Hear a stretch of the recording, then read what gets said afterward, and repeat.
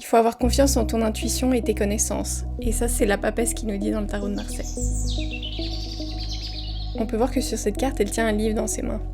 Et ce livre, il représente l'intuition, la réflexion et la connaissance. Le personnage est aussi assis, donc ça veut dire que c'est une carte qui n'est pas active, qui est plutôt passive, qui est plutôt une carte de réflexion et de patience. Elle est aussi couverte de la tête aux pieds. Ça montre qu'elle veut cacher des choses, qu'elle veut garder ça un petit peu secret. Et en fait, même ce qui est secret, ça peut avoir un impact sur nous. Sa tiare dépasse le haut de la carte. Ça veut dire qu'en fait, elle intellectualise tout. Parce que la tiare dépasse le haut de la carte. Le haut de la carte, c'est le mental et le spirituel. Donc vraiment, c'est une carte de réflexion et de connaissance. Il y a donc 3 mots-clés à l'endroit. Le premier, c'est l'évolution qui est discrète. En fait, comme elle se cache, elle garde tout secret, elle prépare quelque chose, elle est vraiment dans sa tête. Il y a aussi le mot-clé méditation. Comme elle est dans sa tête, elle prépare, elle patiente, elle va vraiment chercher les connaissances qu'il lui faut pour pouvoir avancer. Donc, on a en fait une forme d'introspection. Et le troisième mot-clé, c'est la patience. Comme tout est immobile sur la carte, qu'elle ne bouge pas, qu'elle réfléchit beaucoup, on a ce côté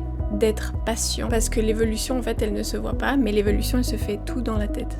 Et du coup, à l'envers, en fait, il y a une mauvaise évolution. Il y a quelque chose qui fait qu'on va pas dans la bonne direction. Peut-être qu'on est trop inquiet, on a peut-être trop d'angoisse. La méditation, elle devient négative. En fait, on va trop se dissimuler, on va trop se cacher pour regarder les autres, et on va créer peut-être une sorte de rancune. Et en fait, l'observation devient négative. Et la patience devient en fait une passivité extrême. On ne bouge plus, on est immobilisé, on n'arrive plus à avancer. Donc pour pouvoir avancer, il faut remettre la carte à l'endroit, peut-être dépasser ses angoisses, ses inquiétudes, ces choses qui font qu'on est immobilisé et qu'on n'arrive pas à justement se remettre en mouvement.